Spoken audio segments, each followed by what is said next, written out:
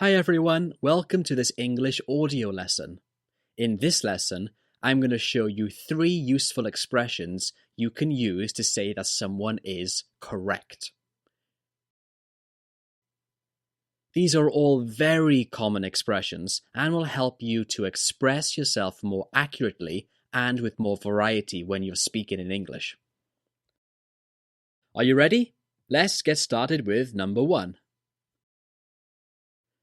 The first expression to say that someone is correct is spot on. Spot on. So we use spot on to show that someone is 100% correct and accurate. Now listen to spot on used in a conversation between 2 friends talking about a birthday. I know your birthday is coming up soon, but when is it exactly? Oh, you don't remember? I told you last week. I know. Is it on Friday? Yep, spot on. And what are you gonna buy me? The next expression is dead right. Dead right. When you say that someone is dead right, you're certain that that person is absolutely correct. If you want to say that someone is totally wrong, you can say dead wrong. These are common expressions which are used in informal conversations, so only use these with your friends or people you're close to. Now listen to a conversation between 2 friends talking about music and listen for the expression dead right. What do you think of Justin Bieber's new song? It's not bad, but I think his old stuff is much better. You're dead right, his older music is so much better. The third expression to say that someone is correct is hit the nail on the head. Hit the nail on the head. So, hit the nail on the head is used to say that someone said or did something exactly right or exactly true. Even though this expression might sound a bit strange, it's actually really commonly used in everyday situations and in professional situations like at work or university. Now listen to 2 friends talking about how to make their city a better place. Listen for the expression, hit the nail on the head. How can we make our country a better place? I think education is the most important thing we need to work on. You've hit the nail on the head. I completely agree with you. Also, I think there should be more money going into developing better internet services for everyone. Spot on. I couldn't agree with you more. Try to memorize and use these expressions. They'll make you sound a lot more natural when you're speaking in English. That's it from me today. Cheers for listening, and I'll see you next time.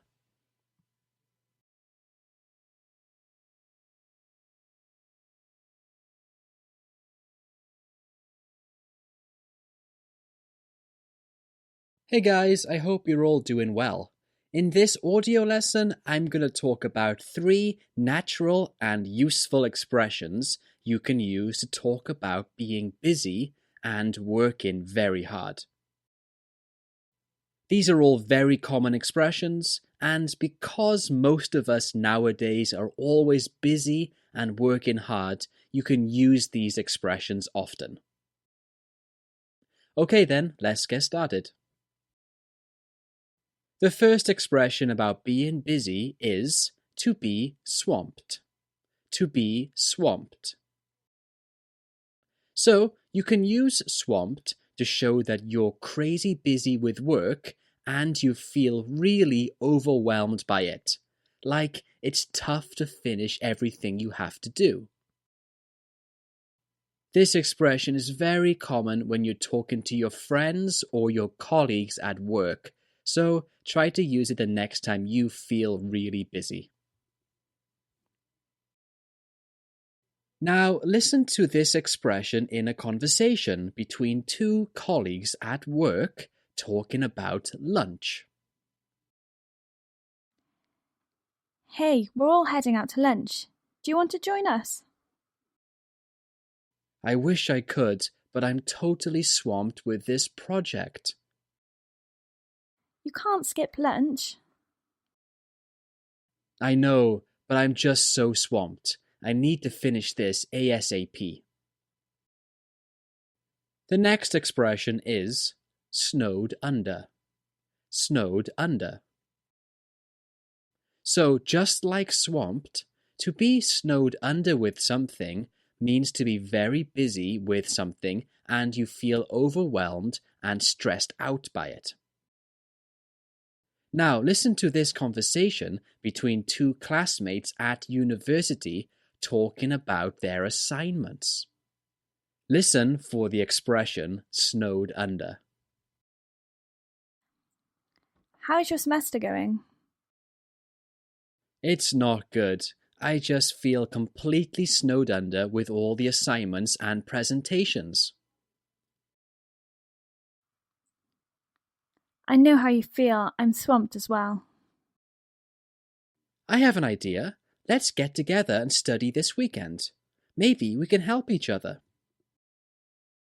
That sounds like a really good idea. Number 3 is tied up. Tied up. So to be tied up means to be so busy that you are unable to see or speak to anyone, or unable to do anything else. Like you're literally tied up with rope and you can't do anything else. This is a really good expression to use when you're busy. Here's an example conversation between two colleagues talking about their workload. Listen for the expression tied up. Do you think you could help me with this report? Sorry, I would if I could, but I'm tied up with my own work at the moment. That's okay. Everyone is tied up right now. I know, this is always a very busy time of the year. So these are 3 super useful expressions you can use to express yourself when you're busy at work or university. Just to recap, the expressions were to be swamped, snowed under, and tied up. Okay, that's it from me today. Thanks for listening, and I'll see you in my next audio lesson. Bye.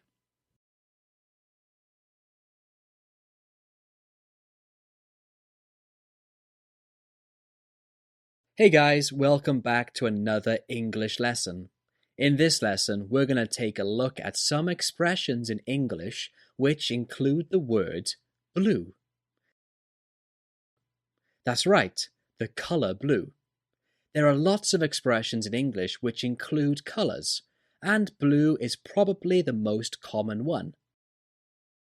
So today, I'm going to teach you 3 very useful expressions with the word blue. The first expression for today is out of the blue. Out of the blue.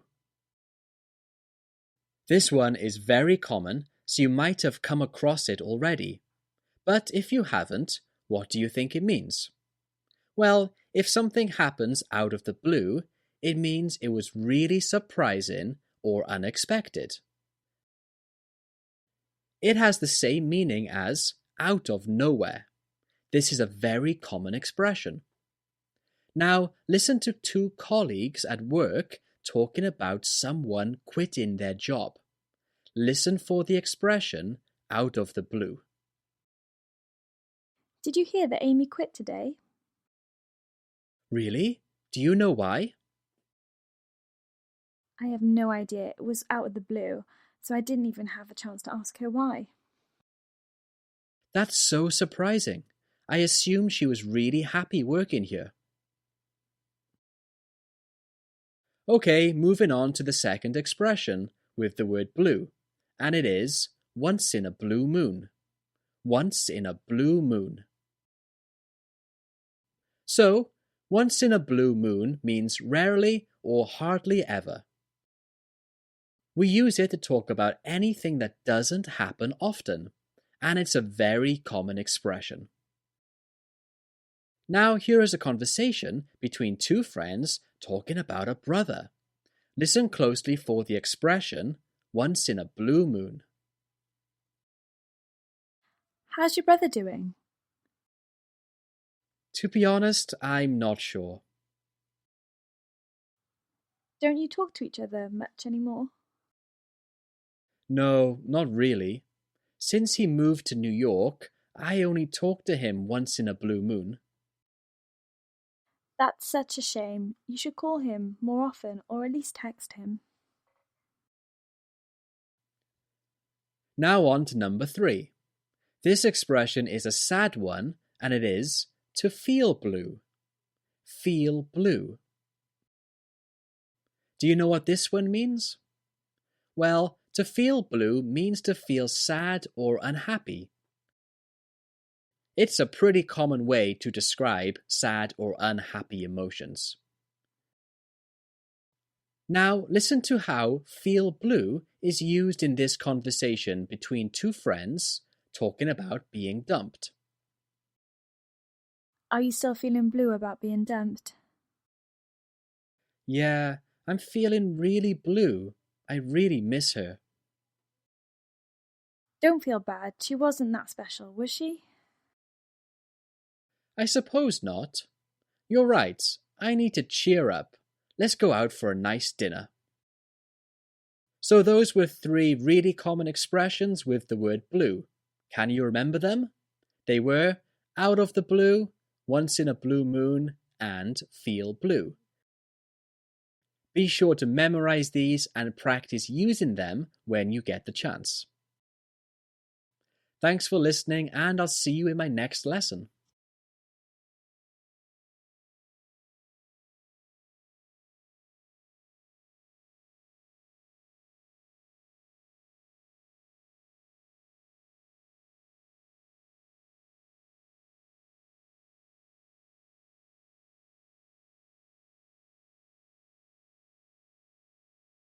Hey everyone, I hope you're all having a great day and welcome to this English lesson. Today, we're going to look at 3 expressions you can use with the word all. These expressions will help you to communicate with more variety. So listen to this lesson all the way to the end and try to memorize and practice using these expressions. Okay, let's get started. The first expression is pull an all-nighter. Pull an all-nighter. What do you think this means? Well, to pull an all-nighter means to stay up all night without sleeping. It's mostly used to study or work throughout the night. If you're a student, this expression is going to be really useful for you because this is something a lot of students do, including myself when I was a student. Now listen to a conversation between 2 friends talking about a school exam. Listen for the expression, pull an all-nighter. Hey, are you okay? You look exhausted. Yeah, I'm so tired. I pulled an all-nighter to study for today's exam.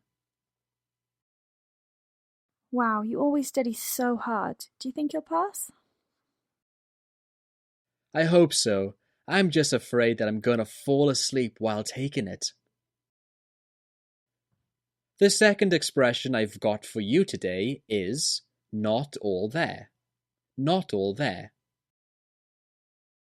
If someone is not all there, it means that he or she is stupid or crazy. This is not a kind expression, but it is slightly softer than calling someone stupid or crazy. Now listen to a brother and sister talking about their cousin. Listen for not all there. Did you hear that Ashley got into trouble for stealing? I know, he's so lucky he didn't get arrested. He's not all there, is he? He's not all there. He needs to sort his life out. Okay, the third expression I have for you today is to go all out. To go all out. Are you familiar with this expression? Well, to go all out on something means to put all your energy and enthusiasm into it. When you want to do something the very best you can say, I'm going all out. Now listen to a conversation between two friends talking about running a marathon. Listen for the expression, go all out. What are you up to these days? Well, I'm running a marathon in a few months, so I'm training almost every day for it. That's amazing. How are you training for it? I run at least 20 kilometers 3 times a week, and then I have a massage to help my muscles recover quickly. Wow, you're going all out. Good luck.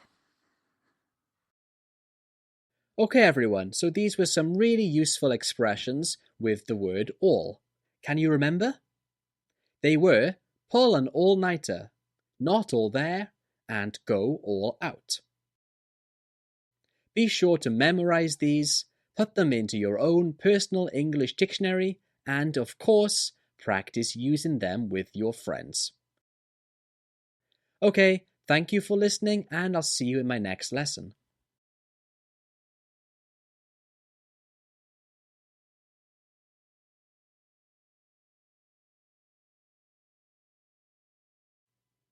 Hey everyone, welcome to this English audio lesson.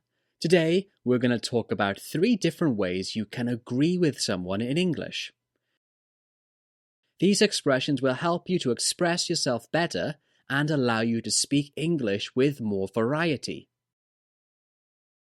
So, let's jump into number 1. The first expression you can use to agree with someone is, I feel the same way.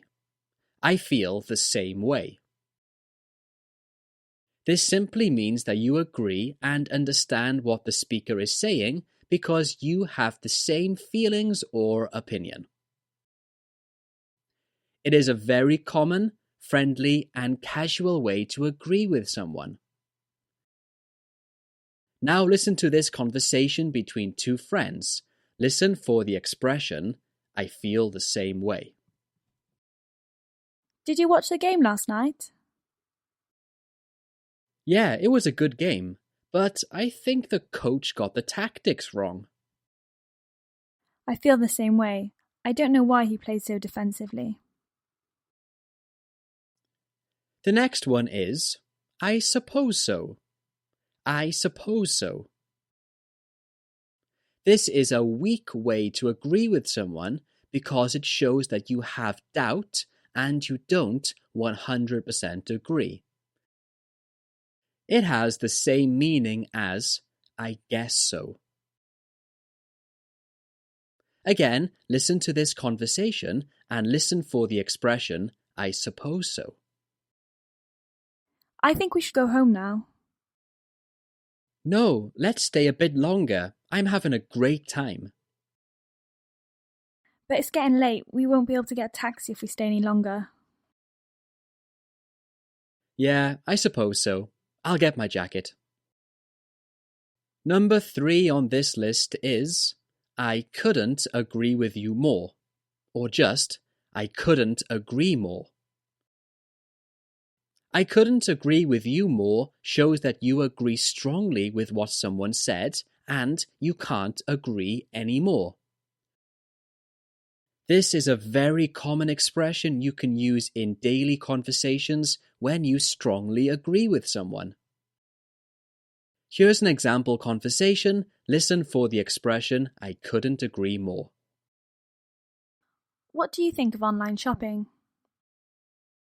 I like it a lot for shopping for groceries and other things like books, but I really don't like shopping online for clothes. I couldn't agree more. I can't tell you the number of times I've had to send things back because they didn't fit. Exactly. So those were 3 expressions you can use to show that you agree with someone. I feel the same way, I suppose so, and I couldn't agree with you more. Try to use them when you're speaking to someone in English. It'll help you sound much more natural. Okay, that's it from me. Thank you for listening, and I'll see you in my next lesson.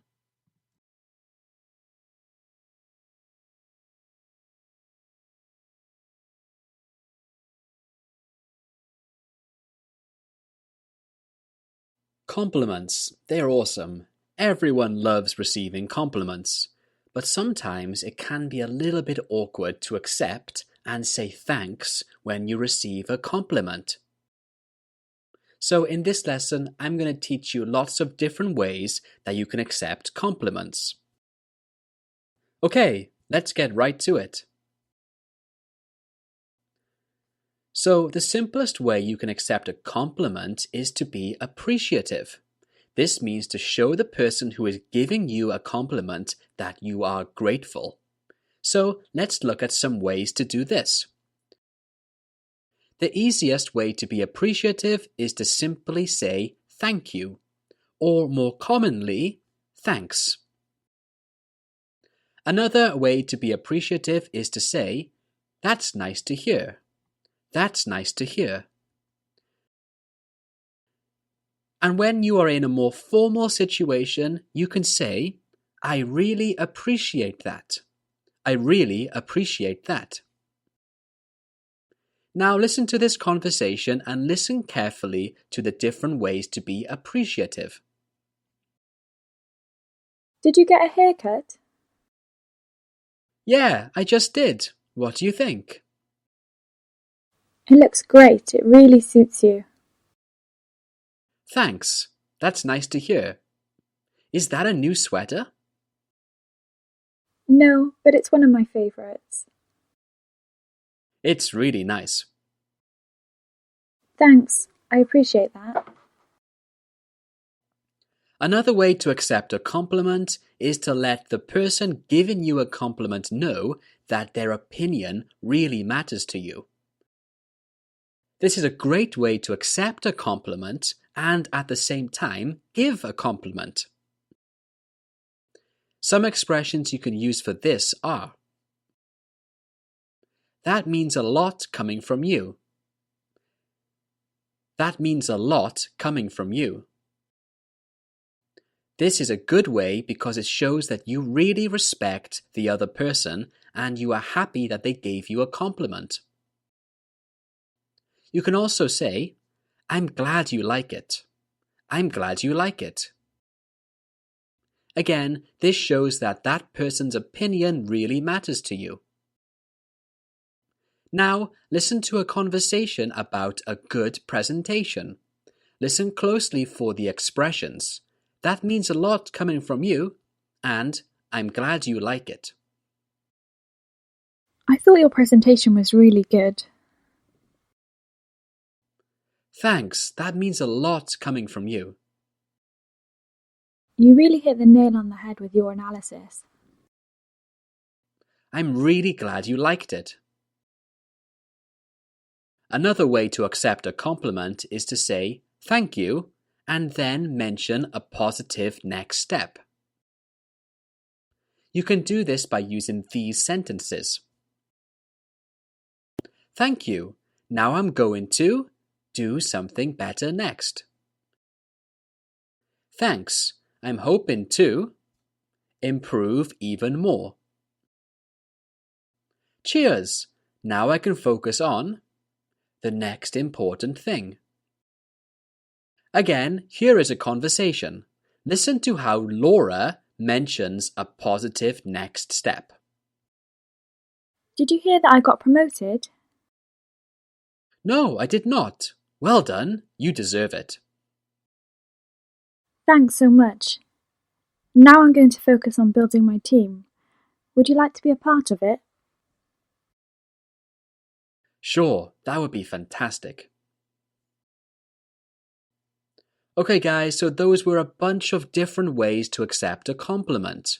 Try to use them whenever someone compliments you. Thank you for listening, and I'll see you in my next lesson. Take care.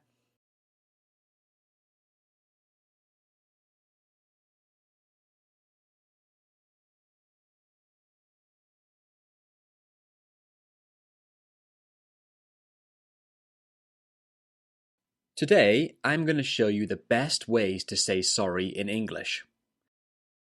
The way you say sorry usually depends on the situation you're in. So, we'll look at how to say sorry in some different situations today. My bad. My bad. This is a great informal way to say sorry. It's good to use this with your friends when you did something that wasn't too bad. Like when you are late or you said something a little offensive. Don't use this for serious things even with friends, because it's a little bit too casual for that. Okay, let's check this example conversation. Listen for my bad. Hey, don't eat my sandwich. Oh, I didn't know this was yours. My bad. It's okay, no worries. I owe you an apology. I owe you an apology. This one is quite formal, and you can use it at work or when you're talking to a friend about something serious that you did wrong. You use this when the other person doesn't know you've done something wrong. So you say, I owe you an apology, then you tell the person what you did. It's like a signal expression to tell someone you did something bad, but you're sorry for it. Now listen to a conversation and listen closely for I owe you an apology. Luke, I owe you an apology. Why? What did you do this time? I accidentally deleted all the files on your laptop. Are you serious? I take full responsibility. I take full responsibility.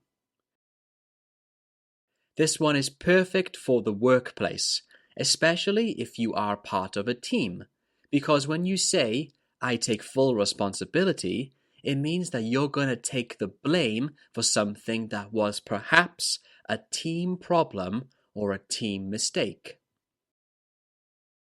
It's a great way to apologize in a formal situation, and it can show some leadership qualities as well. Okay, take a listen to this example and see how I take full responsibility is used. How can your team perform so badly? I know we didn't do well this month, and I take full responsibility for that. I'll make sure we do better from here on out. So I hope this lesson has helped you to learn some different ways to say sorry in different situations. Thanks for listening, and I'll see you in my next lesson. Take care.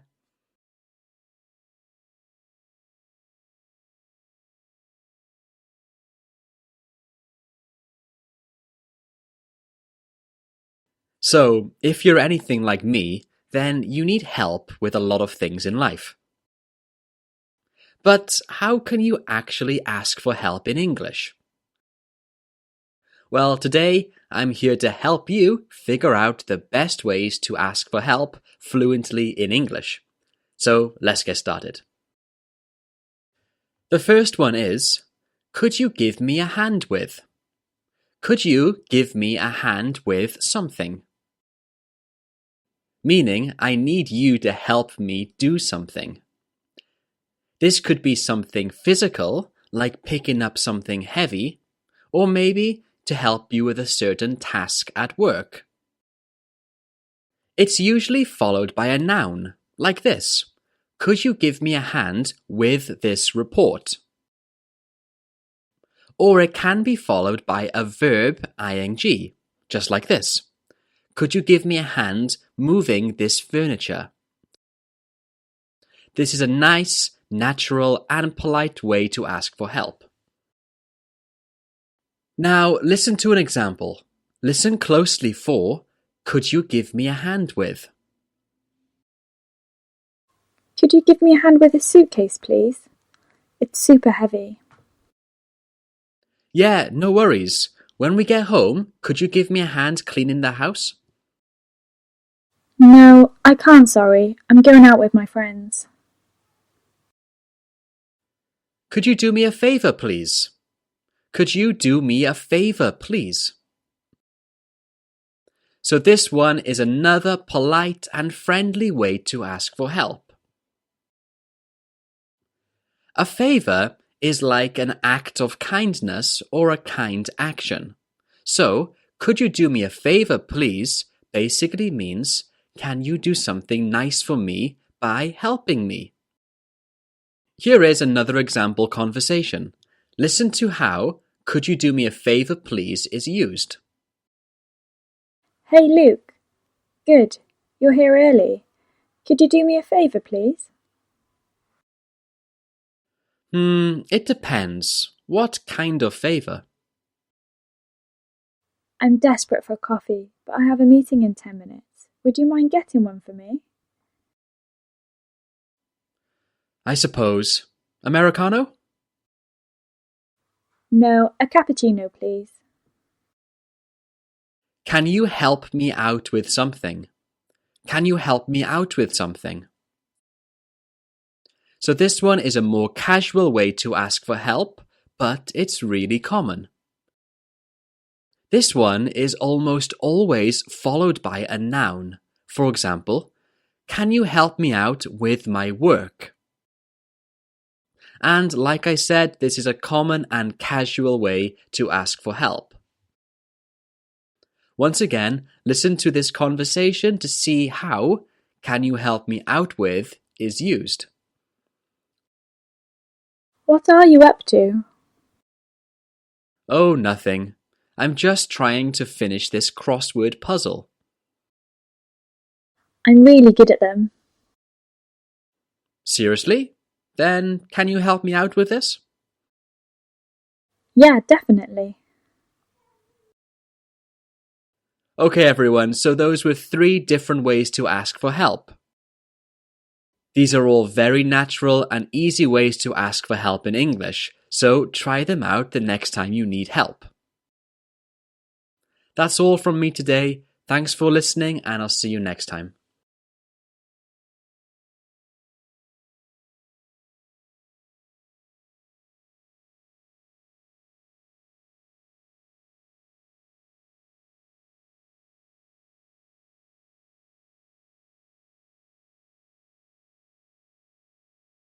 Sometimes we need to be straight and honest with people, and this might include criticizing people when they do something bad. But of course, we don't want to be very rude when we criticize someone. So, how can you do this politely in English? Today, I'm going to teach you how to criticize in a polite way. So, let's go. Number 1. With respect. With respect.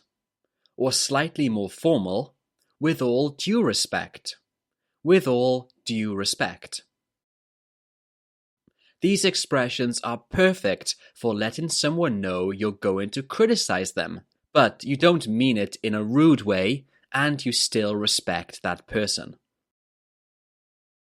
So before you criticize someone, you can use this phrase first. For example, with respect, your argument isn't logical. This is a polite and formal phrase, so you can use this at work or in a formal situation. Now listen to how with respect and with all due respect are used in this conversation. I really think I should have won that singing contest. With all due respect, you weren't that good.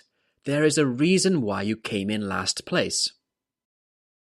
With all respect, you don't know what you're talking about. I'm a fantastic singer. Okay, believe what you want to believe. The next one is a little bit more indirect, and it is, if I were you, I would. If I were you, I would something. So you grammar experts already know that this is the second conditional grammar structure, which is used to talk about unreal situations in the present. Which is why this is a good way to indirectly criticize someone. You're saying that you would do things differently. If I were you, I would do it differently. For example, if I were you, I would exercise more. Another example, if I were you, I wouldn't wear those shoes. Listen to how if I were you, I would is used in this conversation. I'm thinking of investing in Bitcoin. Don't you think that's a bit risky? I don't know, but my friend told me that the price of Bitcoin is going to go up a lot next year. If I were you, I would think about investing in the stock market instead. Number 3, I'm not going to lie. I'm not going to lie. Or more naturally, I'm not gonna lie. So this one is kinda polite, but a bit more informal than with respect. You use it with your friends right before you criticize or tell them something bad. It's a way to prepare someone before you criticize them. And it goes like this. I'm not gonna lie, that shirt doesn't suit you at all.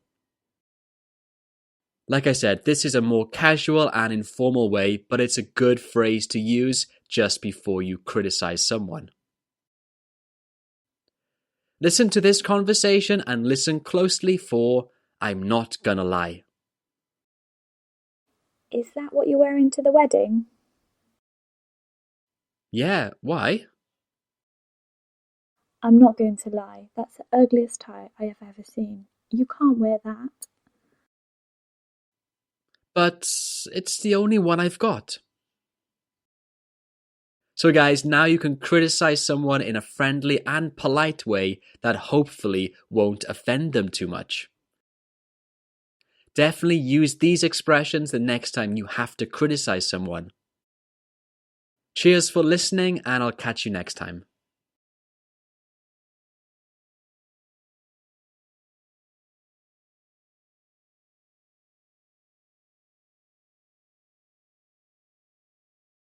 Hi guys, today we're going to talk about how to give your sentences some more emphasis. Now, in English, there are different ways to do this. The most common way is to use different adverbs, such as absolutely, totally, utterly, etc. But in this lesson, I want to show you the different ways you can emphasize using grammar. So when we want to focus our attention or emphasize part of a sentence, we can do this by adding certain words or phrases at the beginning of a sentence. In grammar, we call this a cleft sentence, and it's a great way to show emphasis. There are 2 types of cleft sentences, so let's study them. The first type of cleft sentence begins with what or all, so check out these examples. A normal sentence, I want a coffee. An emphasized sentence, what I want is a coffee.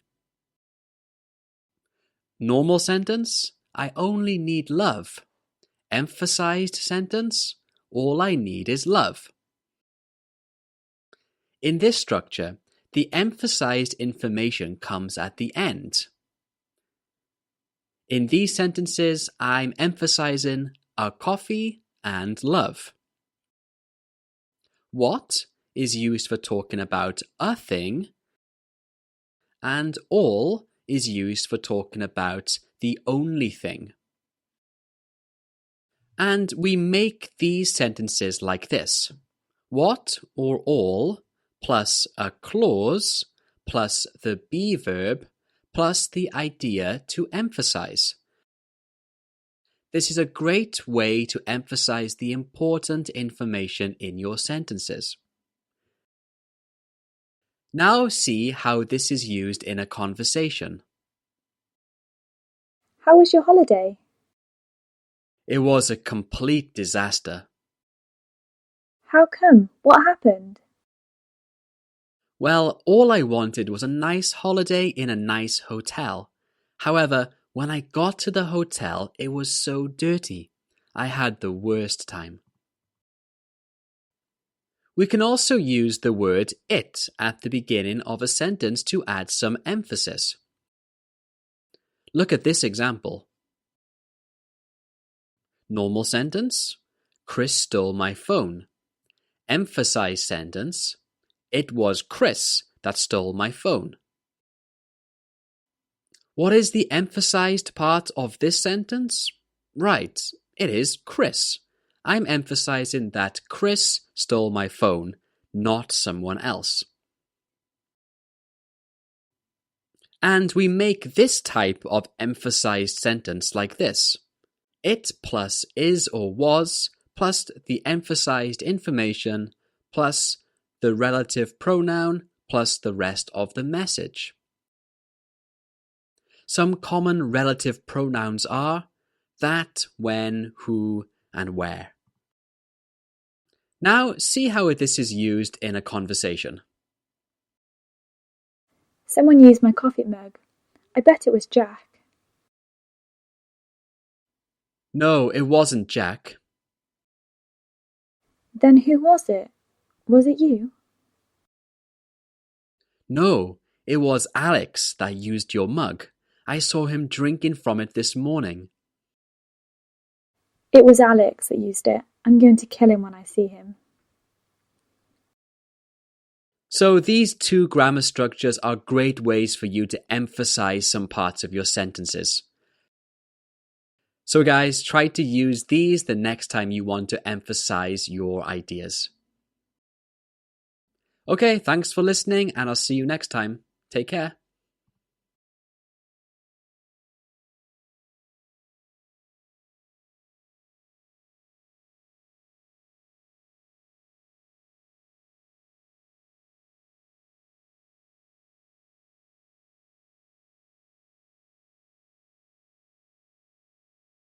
Hey guys, today I'm going to show you how to make guesses in English. We make guesses by using modal verbs, must, can't, may, might, and could. And we can make guesses by using some other expressions too. This is what I'm going to teach you today. So let's go. Modal verbs for making guesses in the present are must, can't, may, might, and could. Must is used when you are certain or almost certain that something is true. For example, everyone is carrying an umbrella. It must be raining now. Can't is used when you're certain something is not true. For example, no one is eating the pizza. It can't be tasty. Might, may, and could are used when you are not certain about something, but there is a possibility. These three have the same meaning, but may is slightly more formal. Here are some examples. Alex didn't come to work today. He might be sick. Lucy isn't here yet. Her train may be late. Why didn't Jack call? He could be sleeping. Now listen to a conversation with two people making guesses. Listen for the modal verbs. Who is that man in the red shirt? I'm not sure, but he might be Isla's dad. Look, Isla is talking to him now. He must be her dad. Yeah, and the woman next to him may be her mum. You can also use these modal verbs to make guesses about the past, but the grammar is a little bit different. It goes like this. Modal verb plus have plus past participle verb. So let's take a look at a few examples. Alex is really wet now. He must have walked in the rain. Here the modal verb is must, plus have plus the past participle, walked. He must have walked in the rain. Remember, we use must when you're certain something is true. But in this case, we're certain that this action happened in the past. Okay, the next one. Jack couldn't have stolen your phone yesterday. He's in Spain. So here the modal verb is could not, plus have plus the past participle, stolen. We use this when we're certain something did not happen in the past.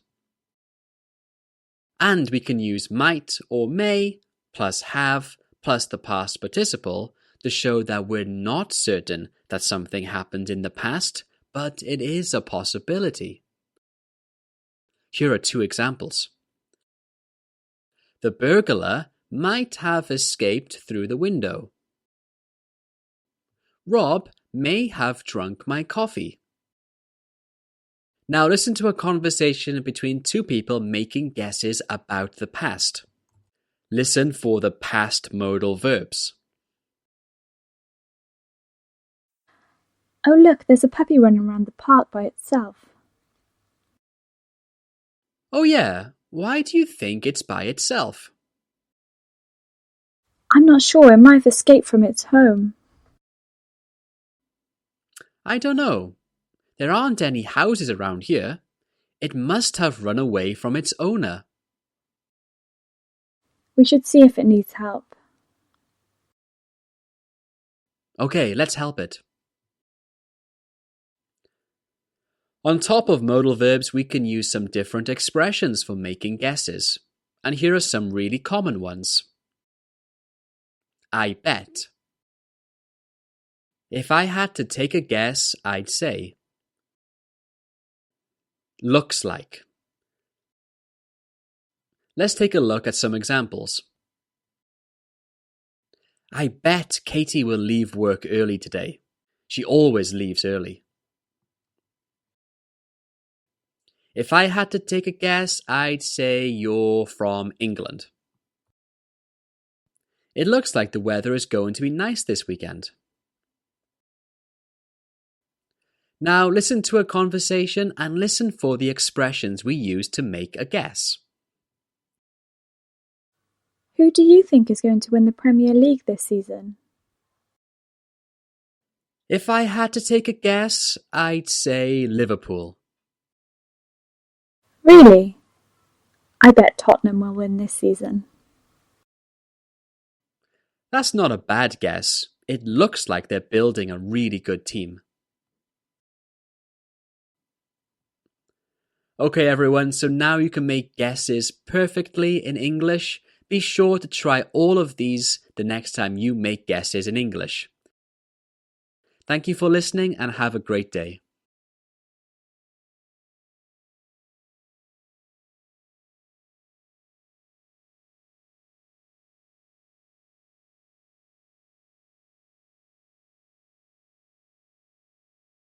Have you ever wondered about the future? Do you know how you can discuss your future predictions accurately in English? In this lesson, we'll look at 4 different ways we can talk about your future predictions. Going to, will, might, and be likely to. Okay, let's get started. We use go into for predictions that are based on current evidence. To put it simply, if you're in a situation where you predict that something is going to happen in the future because of the evidence you see, then you must use go into. For example, if you look at the sky and see some big dark clouds, then you say, it's going to rain. Here are two more examples. Look, the sun is setting. It's going to be dark soon. Alex is going to love his present. He told me he wanted this for his birthday. Now listen to this example conversation and listen to how go into is used to make a prediction. The general election is coming up soon. Are you going to vote? Yeah, but I haven't decided who to vote for yet. Who do you think is going to win? I'm not sure. The opinion polls show the support for both parties is strong. The election's going to be close. Right, it seems like it's going to be a really close race. So you all know the word will, but do you know how to use it for future predictions? What kind of prediction do we use it for? Well, we use will to make predictions about the future when we are certain that something is going to happen, but there is no present evidence for it. Remember, if there is present evidence, we must use go into. So we use will when it's just a prediction that you're certain will happen, but there is no evidence. Remember, we use will for positive sentences and won't for negative sentences. Here are two more examples. I'm sure in 50 years there will be flying cars. I think this movie will win an Oscar. Now listen to this conversation and listen to how will is used for predictions. Do you ever think about the future? Sure, sometimes. Why are you asking? Just because I saw a sci-fi film last night and it got me thinking, do you think humans will ever live on another planet? I don't think our technology is capable of that yet, but I think we will in the future. We use might and be likely to when we think something will happen, but we are not certain. It's just a possibility. Might is less certain than be likely to. To make these sentences negative, you can say might not and be not likely to. Let's look at a few examples. Laura might not come to work today. She told me she was feeling a bit sick. Our boss said that we are likely to have a meeting tomorrow. A lot of people might lose their jobs because the economy is really weak right now. Now listen to how might and be likely to are used in this conversation. Lucy has been off work for 2 weeks. Have you heard from her recently? Yeah, she emailed me this morning. She said that she's feeling a little bit better now. I think she might come back to work next week. Oh good, our CEO is likely to visit our branch next week, so I really hope she can be here for that. So, as you learned in this lesson, there are different ways to make predictions in English, and it depends on the evidence or how certain you are about something. Now, you can express your future predictions very accurately when you're speaking in English. Cheers for listening, and I'll see you next time. Bye.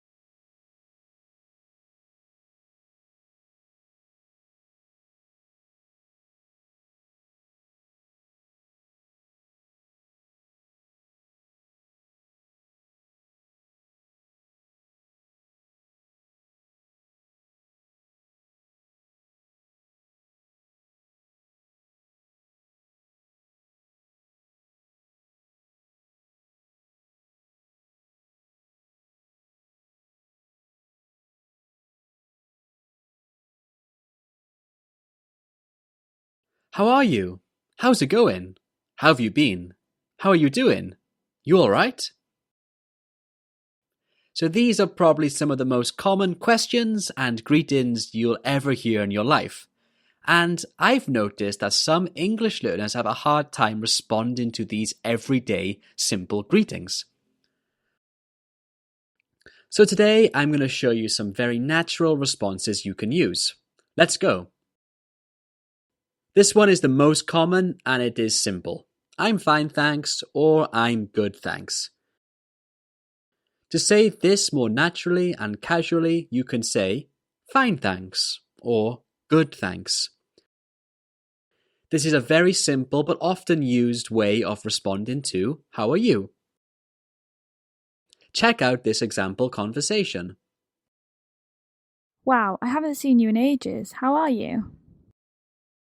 I'm really good. How are you? I'm fine, thanks. It's great to bump into you again.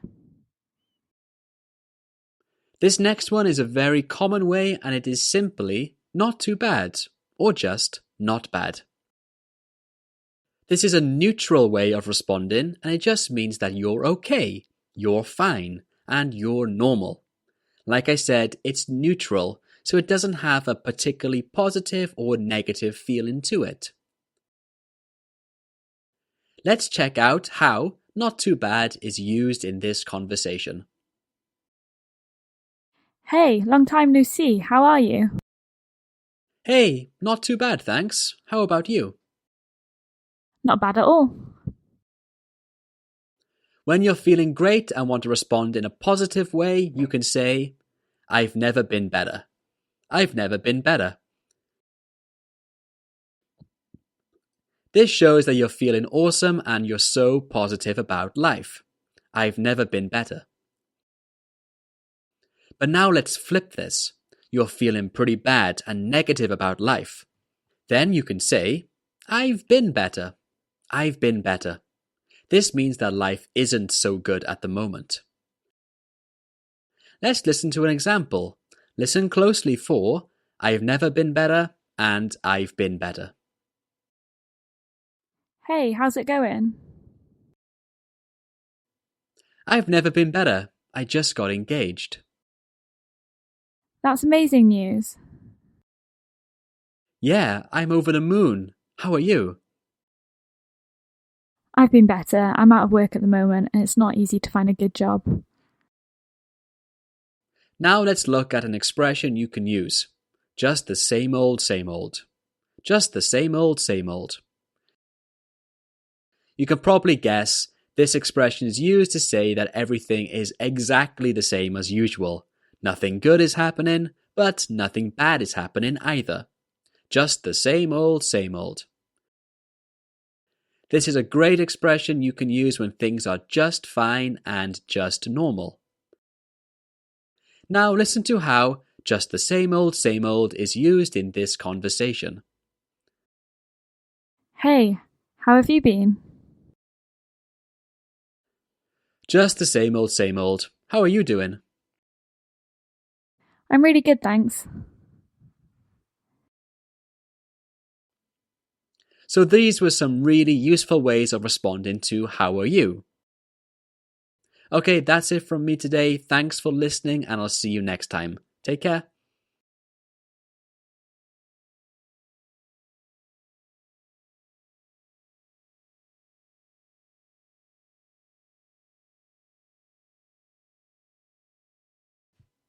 Hi everyone, in today's lesson we're going to study some very useful and different ways to say, I don't understand. So let's jump into it. Sorry? Sorry? So this is probably the most common way to say that you don't understand something, but you might be a little bit confused because sorry means to apologize, right? Well, yeah, it does. But it can also be used to say that you don't understand something. However, you must get the intonation correct. The intonation is really important here. When you use sorry, when you don't understand, we use the question intonation. Your voice goes down and then up. Sorry? By using this intonation, it shows that you're uncertain, therefore you don't understand. Let's see how it's used in a conversation. So, are you ready to drive me to the airport? Sorry? You're supposed to be driving me to the airport today. Alex arranged it. I had no idea. I don't get it. I don't get it. This is a very casual way of saying I don't understand. To get something means that you understand, but if you say I don't get it, of course this means that you don't understand. So let's see it in an example. Check out this new TED Talk on astrophysics. It's fascinating. Okay, cool. I'll watch it now. So what do you think? I don't get it. What do you mean you don't get it? Well, I'm not studying physics like you, so I don't get what he's talking about. What are you on about? What are you on about? So this one is a super casual and informal way of saying I don't understand. So only use this with your friends or family. Basically, what are you on about means what are you talking about, and it shows that you don't understand what someone is saying to you at all because they don't make sense. Remember, this is an informal phrase, so only use it with people you are close to. Let's listen to it in a conversation. So, I'm going out with my friends on Saturday night. What are you on about? We have a wedding to go to on Saturday. Oh, I totally forgot about that. Sorry, I didn't catch all that. Sorry, I didn't catch all that. So this one is a more formal way to express that you don't understand something fully. It's used a lot when you don't understand something like instructions or explanations or anything that has a lot of detail and you missed some part of it. Okay, let's listen to this in an example. Can you pick up a few things from the supermarket? Yeah, no problem. What do we need? A loaf of bread, some milk, cheese, tomatoes, onions, and a joint of ham. Sorry, I didn't catch all that. I'll write it down. So those were some really useful and different ways you can say, I don't understand. Learning different ways to express yourself can really help you to become fluent in English, so be sure to memorize and use these.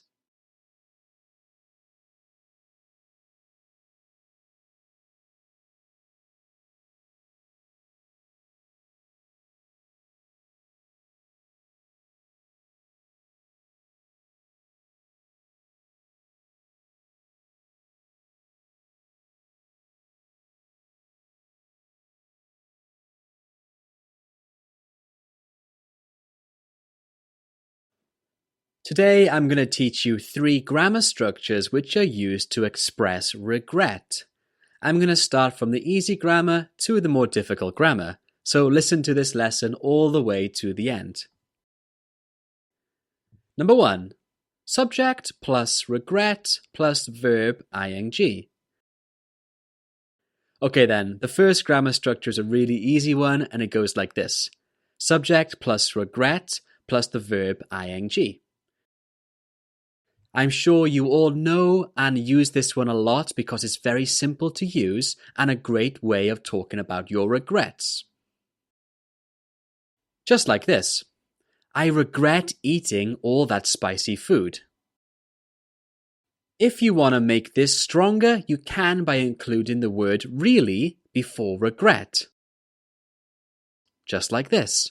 I really regret eating all that spicy food. To make this a negative sentence, you can like this. I regret not listening to you. Now let's see this in a sample conversation. So, do you like your new car? No, not at all. How come?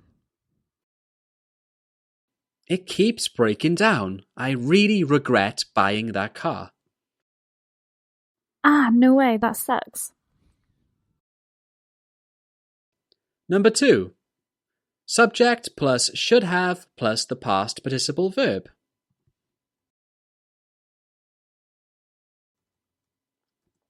Now this grammar is a really natural way to express regrets, and it goes like this.